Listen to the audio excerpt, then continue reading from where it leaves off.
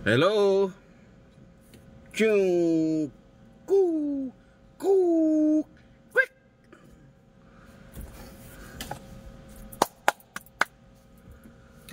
Hello, magandang hapon sa inyo sa araw ng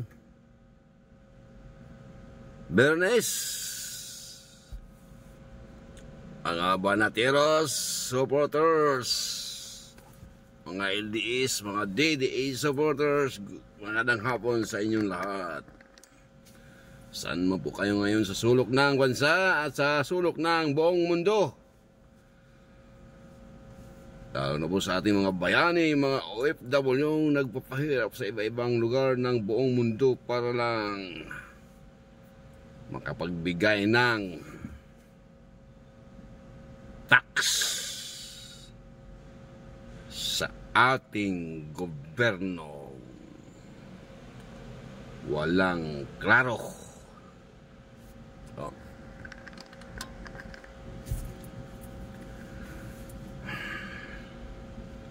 Kumustahin natin ang pwedeng mangyari namang pagbaha sa sunod na mga araw.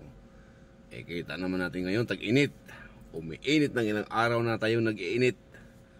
Baka naman wala naman silang ginagawa sa mga oras na ito, sa mga araw na itong umiinit ng panahon. Baka naman sila ay nag-aantay lamang ng biyaya.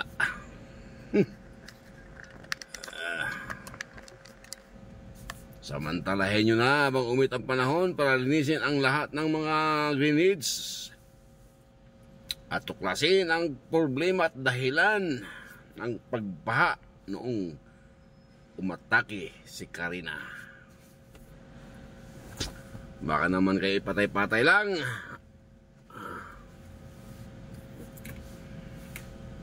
Kumilos na kayo, kumilos na ang gobyerno habang tag-init na at habang umiinit ang panahon. Gumalaw-galaw na kayo para hindi na po mangyari ulit ang nangyari pagtaas ng tubig sa dako ng Kamanilaan, saan man sa dako ng Metro Manila at sa iba pang lugar ng bansang Pilipinas.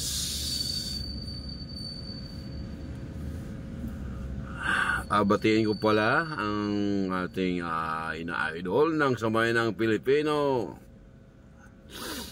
Boss Banatbay, sa August 6. Totoo ba yun? August 6, happy birthday advance. At sa buong Banateros, birthday na rin natin. Siyempre kasama natin sa birthday ni Banatbay na siyang ina-idol ng sambayan ng Pilipino.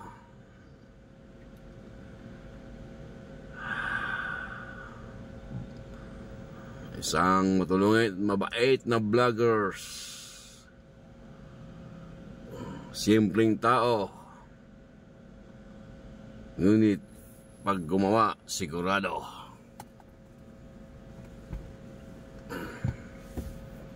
May kasabihan tayo, ang gumawa ng mali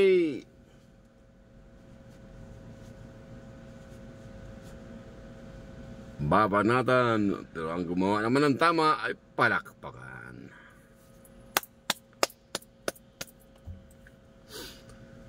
Kumusta kayo mga Banateros? Mga buong supporters ng mga legit Banateros supporters at legit LDS DDS supporters, kumusta kayo sa araw ng Mer Friday, Mer Party? Shout out sa inyo lahat dyan. Shout out sa ating mga mahal na mga bayani na ngayon po nasa iba-ibang lugar sa buong mundo. Sana po nasa mabuti kayong kalagayan sa oras na ito at sa sunod pang mga panahon.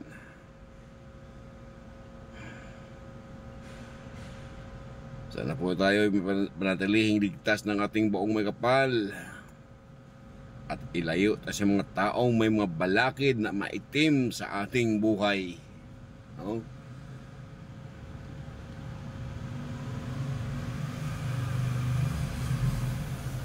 Itakwil ng Diyos ang mga taong may mga balak sa kanilang kapwa na hindi maganda.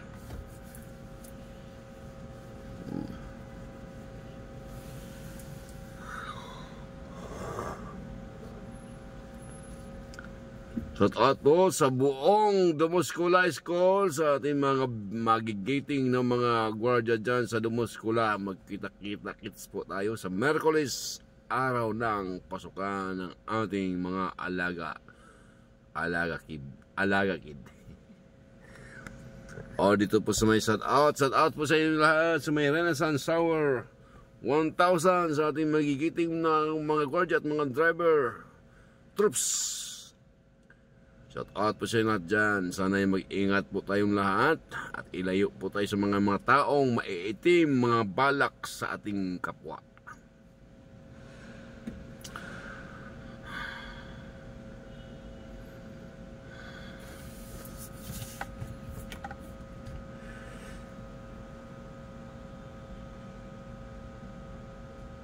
Gumawa lang po tayong tama at siguradong ang buhay mo ay masaya.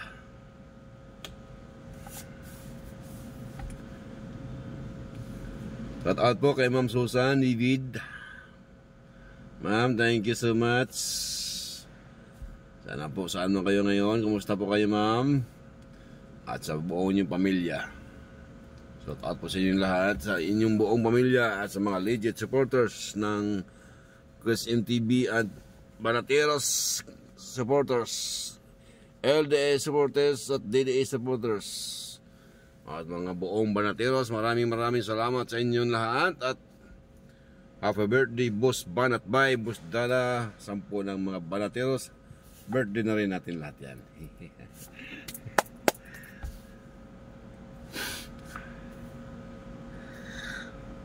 Boss Jiggy ba?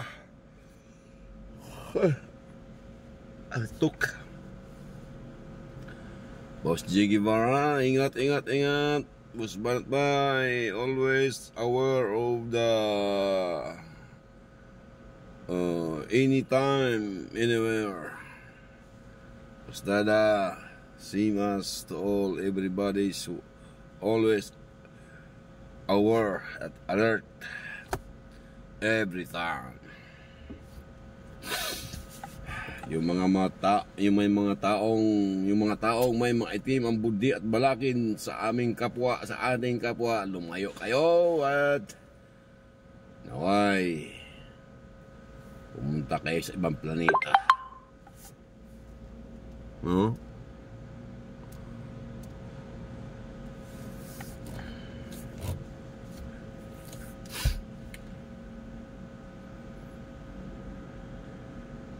Ang mga taong may maiitim na balakid sa kapwa, tandaan nyo, baka sa inyo rin bumalik ang mga balakid nyo. Maganda po yung tama lang ang ating ginagawa para happy ang pamilya kailanman. Tandaan natin, ang pera ay hindi kayang dalhin kapag ikay nawala na sa mundong ito. Kahit gaano pa kayaman, mabaho ka pa rin pag ikay kinuha na ng Diyos. Maging amoy patay ka na rin.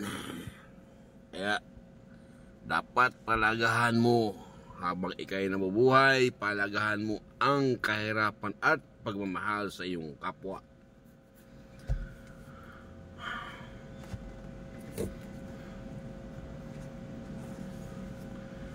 Huwag kayong maligo sa pera. Huwag kayong mag-ambisyon sa daming pera dahil ang pera hindi inyong madadala yan sa inyong libingan. Magbibigay lalo yan ng kapahamakan ng inyong pamilya. At hindi na rin magbabago ang inyong pamilya. Magkahawa-hawa na yan.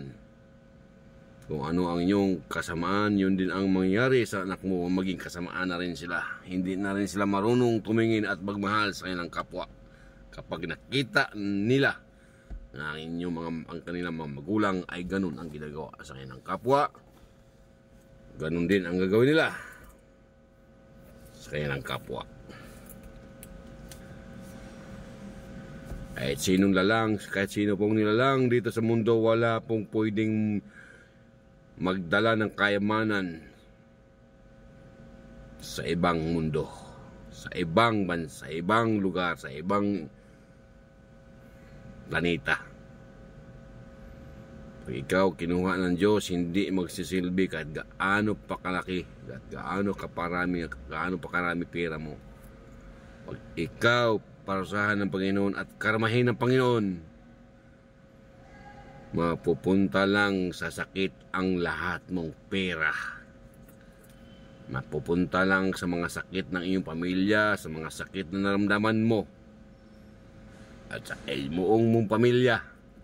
Yung kayamanan na pinagkukuha nyo sa sambayanang Pilipino, doon lang din mapupunta sa pagpapagaling ng inyong pamilya. Okay? Ganda na po lumaban tayo sa parehas para wala tayong sakit at wala tayong karma at hindi po nagagalit sa atin ang Panginoon. Kahit mamatay man tayo, mabango tayo sa tao. May maiwan tayong magandang ala-ala sa ating kapwang nagmahal sa atin at ating minamahal.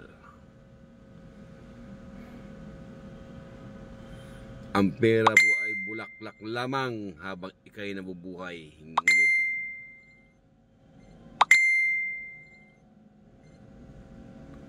Ngunit kapag ikay nawala sa mundo ito, ang perang, ang kayamanan mo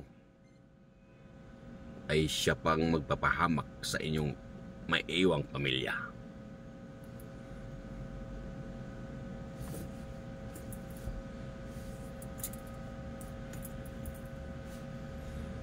Maganda pa yung mamuhay ng normal, walang kaaway, walang kalaban, lalabas ka ng kalsada, kahit wala kang bodyguard, safety, at maraming buhay, maraming tao ang magtatanggol sa iyo.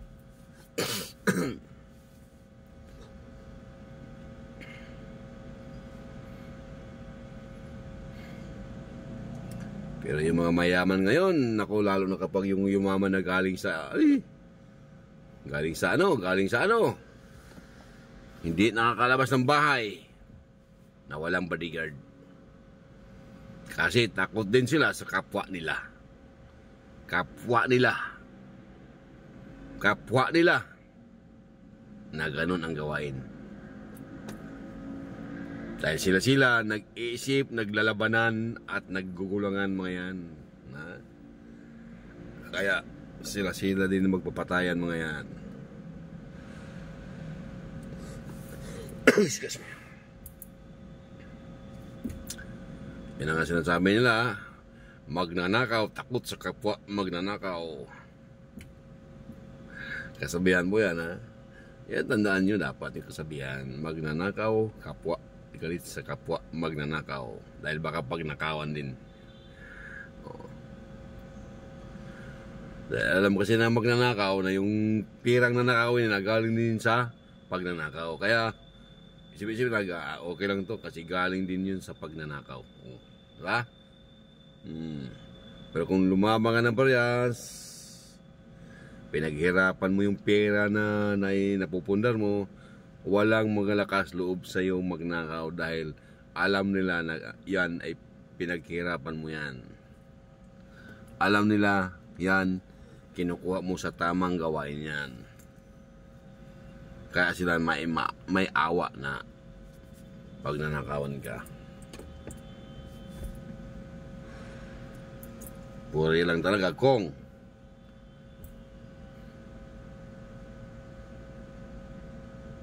gawain na talaga, no?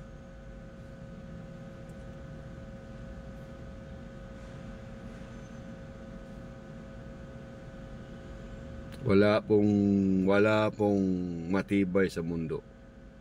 Mahirap man o mayaman ka, wala pong taong matibay sa mundo. Lahat tayo, mayaman man o mahirap, lahat tayo mabaho kapag patay na. Sobrang baho natin. Sa amoy pa lang, pantay-pantay na tayo kapag tayo wala na sa mundo ito. Kahit gaano ka pa yaman, naliligo o mas pabango, mga mabango yung kinakain mo, mga mamahalin yung kinakain mo, ganun pa rin yan kapag namatay ka, ang baho mo pa rin. Ang baho pa rin natin kapag tayo patay na. Walang silbi yung pera na yan. Hindi malaga ang pera. Ang malaga sa tao, ang marunong ka sa kapwa mo magmahal at ikaw mismo ay tao ka. Naramdaman mo sa sarili mo na tao ka.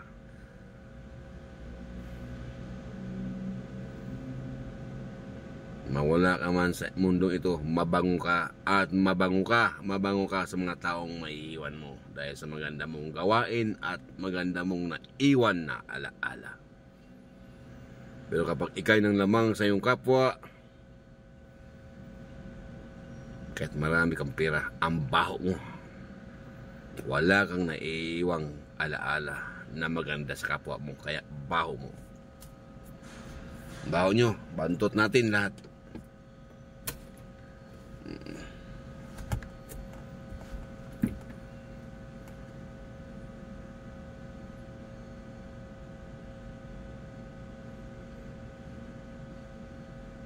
Kaya mas maganda pa rin yun. Mas maganda pa rin yung mahirap ka, pero nakakain ka naman araw-araw at wala kang sakit.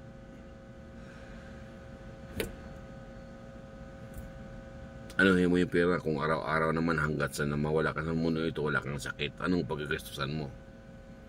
May pagkain ka naman araw-araw, wala kang sakit. Ano ba ang paggagamitan mo sa pera mo? Diba? Kaya okay na yun sa ganun. Okay na ako doon. Okay na ako doon sa ganung mga style, sa ganung bagay, sa ganung sistema. Okay na po ako. Napakasarap po ng pakiramdam ko. Salamat Lord sa ganun. Kung ganun ang ibigay mo sa akin, Lord, masaya na ako, Lord, sa buong buhay ko. Na makakain ko araw-araw, wala akong sakit, hanggat sa mawala ako. Napakasarap, Lord. Pero kung mayaman ka, araw-araw ka naman gumastos dahil sa sakit-sakit mo, milyon ginagastos mo araw-araw. Wala. Hindi maganda yun.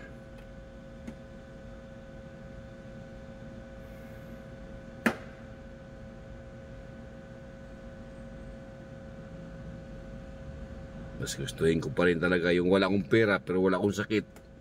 Nakakain ako araw-araw. Okay na ko. Basta wala akong nilalamangan na kapwa ko.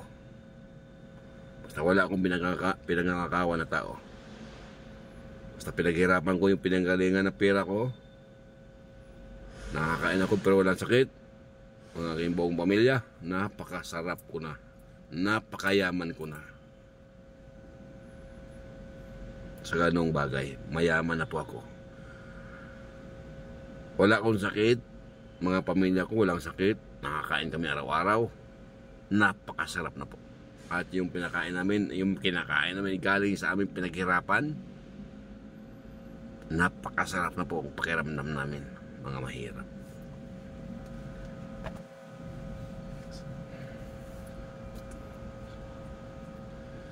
Yung iba kasing tao hindi kontento. Sobrang yaman na nga,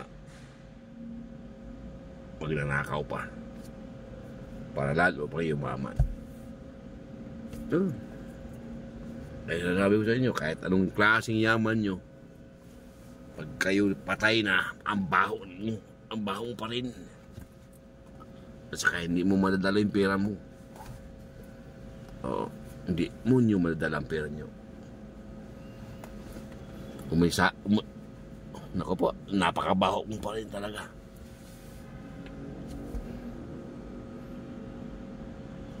Tulad ka rin ng mga mahirap pag namatay, mabaho. Kaya mabaho ka rin.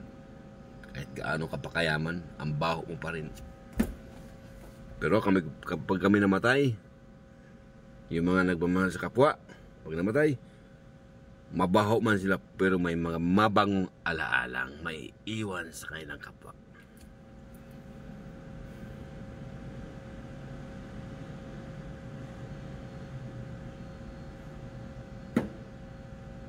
Yun ang malaga. Di bale walang pera, basta makakain araw-araw at walang sakit.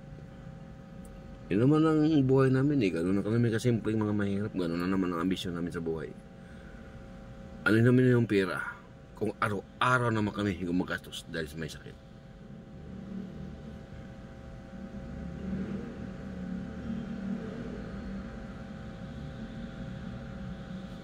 Okay na po sa amin yung normal na buhay.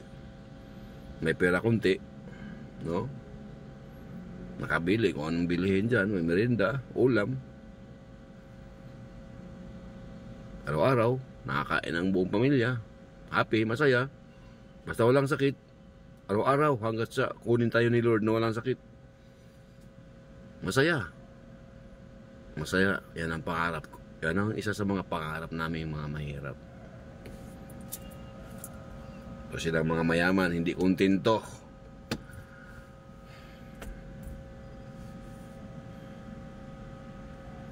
Gusto pa nilang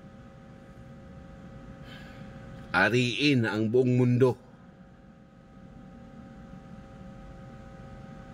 Para sabihin kilala kayo, para sabihin ano kayo, baliktad. Baliktad po kayo, mali po yan. Mas kilala pa ang taong mas gumawa ng kabutihan. Kilala nga kayo sa buong mundo. Kilala kayo magnanakaw. Hindi kayo kilala na mabuting tao. Kilala kayo sa pagnanakaw. Yun. Yun. Pero yung mga gumagawa ng tama at nagmamahal sa kapwa, makilala rin naman sila sa buong mundo. Pero kilala sila ng pagka-mabuting tao. Iba naman yung pagkakilala sa'yo. Dahil pagkakilala sa'yo, kilala ka, pinakamayaman ka. Pero ang mayaman na pinanggalingan na pinagkukuha mo, yaman ang sabay ng Pilipino. Diba? Ang sakit-sakit nun. Ang sama-sama nun. Yumamayan lang dahil sa pera ng bayan. Sama nun. Sakit nun. Pero wala na eh, wala na mga mukha. Wala nang hiya mga tao ngayon. Wala nang hiya ngayon ang mga nasa gobyerno. Hindi na nila naramdaman yung hiya ngayon. Kasi isip-isip nila. Pagdating ng 6 years, iba na naman presidente, iba na naman ang mga kaupo. Samantala natin habang tayo nakaupo, ano nang mga iisip nila. Kaya maitim ang kanilang mga balakid. Maitim ang kanilang iniisip. Maitim ang kanilang mga plano sa buhay nila. Kaya hindi na sila marunong magmahal sa kapwa nila. Kasi ganun ang iniisip nila eh. Nag-iisip ng hindi maganda sa kapwa eh. Pero hindi nila alam ang balik. Hindi nila alam ang balik. Kung anong mangyayari sa buhay nila. Lahat naman yan bumabalik. Wala pong hindi bumabalik. Lahat po yan bumabalik.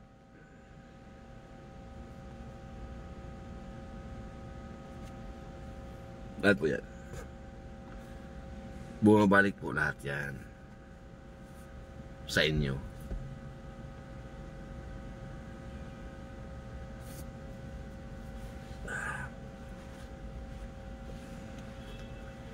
Kung ano po ang ginagawa ko sa kapwa nyo, yun din po ang gagawin sa inyo. True yan. True. Bumabalik talaga yan.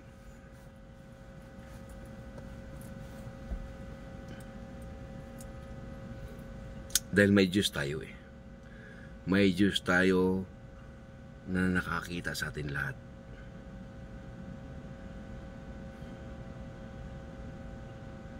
Dahil akala nyo piling nyo Diyos kayo? Hindi po. Hindi po kayo Diyos. Tao lang po kayo.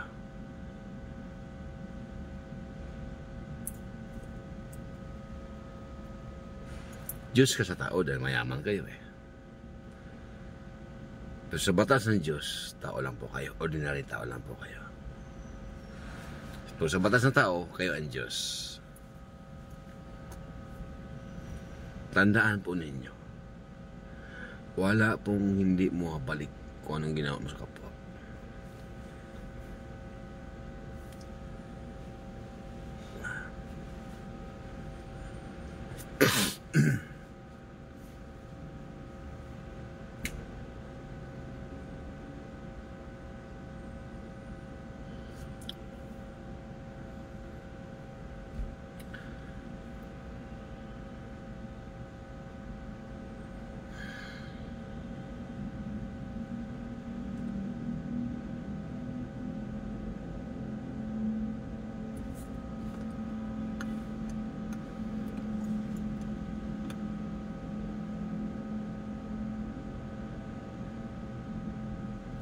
Sa dami na naghihirap na tao ngayon, dami na sumisigaw ng tulong sa gobyerno, pero wala, nagbulag-bulagan pa rin ang gobyerno kailanman, hanggat sa sumapit na ng ambaha, ando ng pera, nakawindang-windang ng pera, hindi na malaman kung saan napunta ang budget ng pagbaha.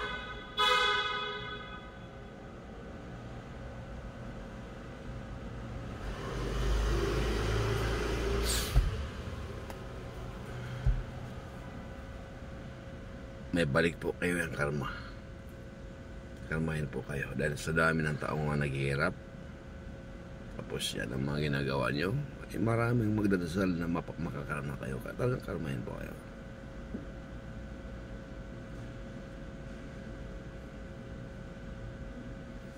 Yung mga tax namin, bumibili kami sa Jollibee, McDonald's, may tax.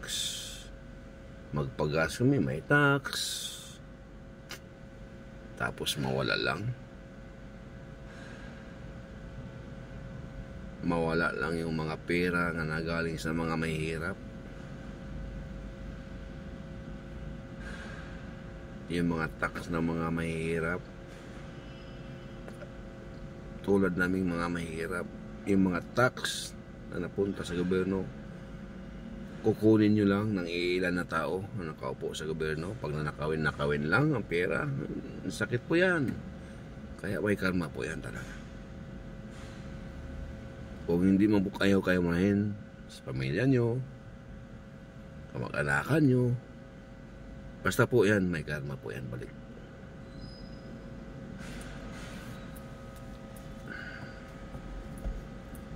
Masakit yun. Yun ang masakit na karma.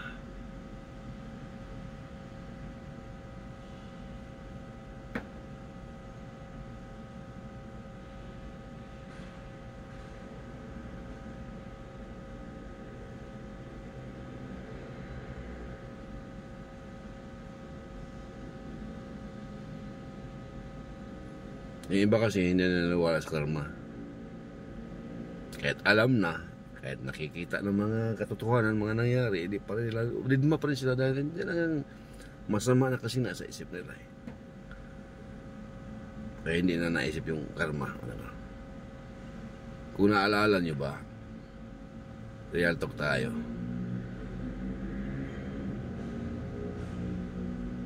Ilang taon rin naman si Joe de Benicia nakaupo sa gobyerno panahon pa ni Ramos, Marcos.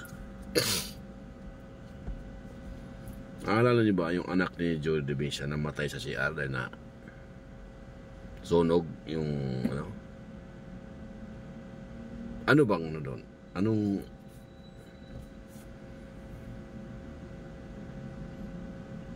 masakit yun kay Joe de Benicia hanggang sa namatay na Joe de Benicia, yun, dinamdam niya yun. Wala silang nagawa, no? Wala silang nagawa. Hindi nila kaya na iligtas yung anak nila.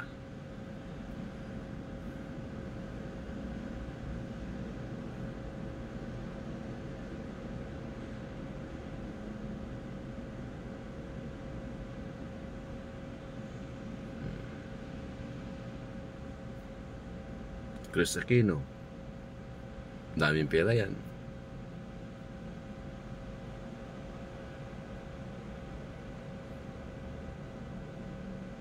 Pero nasaan?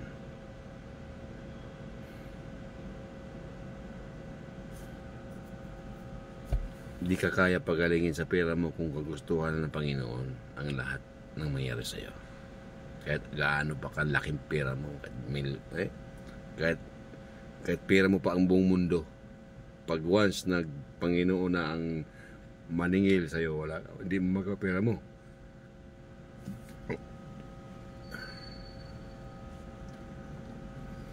Di ba nyo naramdaman ang karma?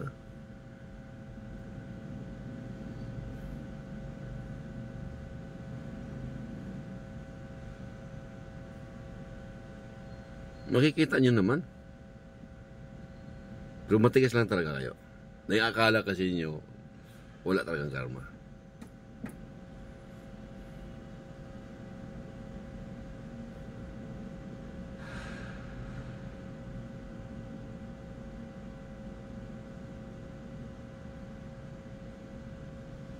Pinatalisik nila si Senior Marcos. Pero nanalo yun. Talaga si Senior Marcos, nanalo yun sa panahon ni Cory. Naglabanan sila. Nanalo yun si Marcos. Pinirsa lang talaga nila kaya si Marcos lumayas ng Pilipinas para hindi magkaroon ng gulo.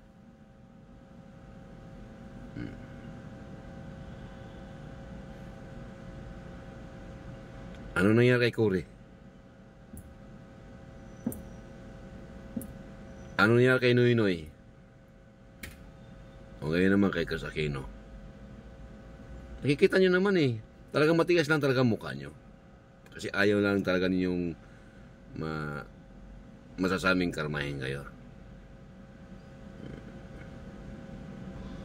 May pera lang talagang nasa isip nyo, pera eh. Pero hindi nyo inisip ang karma eh. Maranasan nyo naman yan.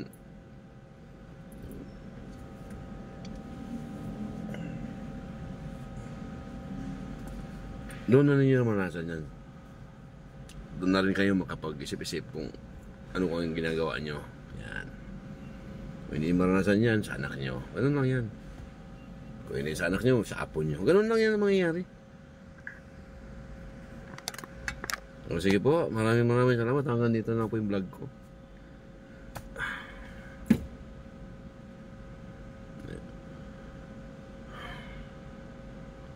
Shoutout po sa inyo lahat dyan. Sana hindi na po hanggang may mga sensornality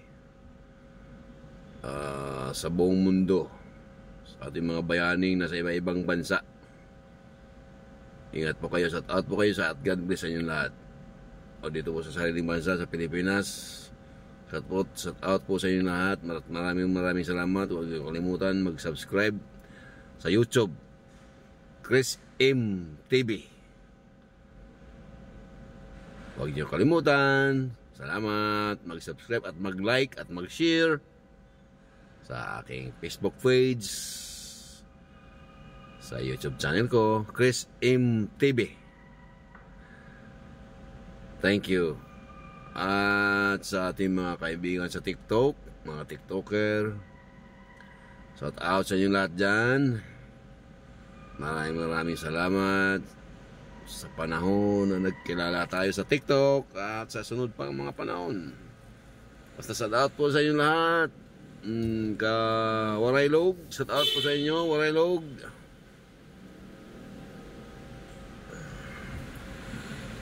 Waray Log TV, shout out po sa inyo. Auslik TV, shout out po sa inyo, sa inyong lahat at sa buong Banateros groups at supporters, at LDA supporters, DDA supporters. Shout out po sa inyo lahat dyan. Kay Boss Banatbay, Boss Dada at Boss J Guevara, shout out po sa inyo lahat. Huwag po natin kalimutan sa 2025 mga Duterte at mga kasama ni Duterte sa mga Senado. Huwag po natin silang kalimutan sa halalan. Maraming po salamat. Maraming po salamat sa inyo lahat. God bless po. Mabuhay tayong lahat. I love you all. Bye-bye.